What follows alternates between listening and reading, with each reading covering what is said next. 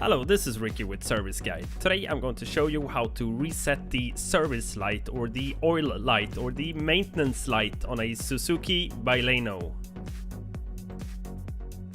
So for step 1, make sure the ignition is on. Press the right button in your display for about 3 to 4 seconds. Then scroll it to the left or right until you see oil change.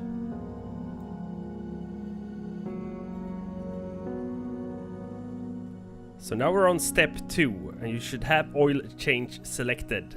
Now press the button to select Reset OC, which means oil change.